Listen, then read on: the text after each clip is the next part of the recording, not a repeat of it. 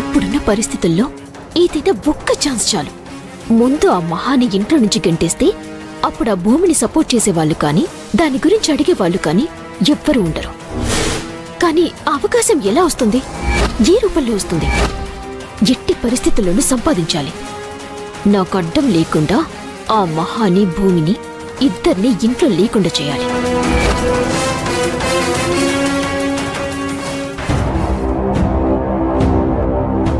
నీకు కరెక్ట్గా పొట్ట మీదే గాయం అవడం వల్ల ఆ ఒత్తిడిలో నీకు అబార్షన్ అయింది. కానీ నీకు జరిగిన ప్రమాదం కారణంగా అబార్షనే కాదు, గర్భసంచి కూడా బాగా దెబ్బతింది. ఇక జీవితంలో నువ్వు తల్లి కాలేవు.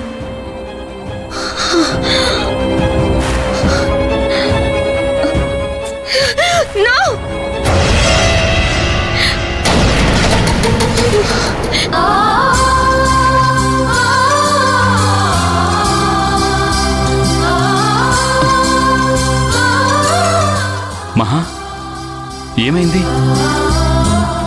ఎందుకున్నట్టుండి అలా లేచావు? ఏం లేదండి, సరిగ్గా నిద్ర పట్టట్లేదు.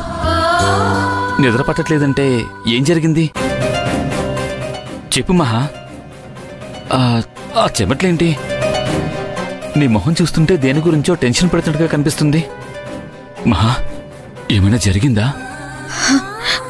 ఏం లేదండి, ఏదో పీడకలు వచ్చిందంతే. మీరు పడుకోండి, నేను మంచినీళ్ళు తాగి పడుకుంటాను.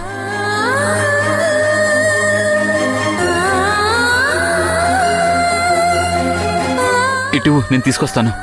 పర్వాలేదండి, మీరు పడుకోండి, నేను వెళ్ళి తాగొస్తాను.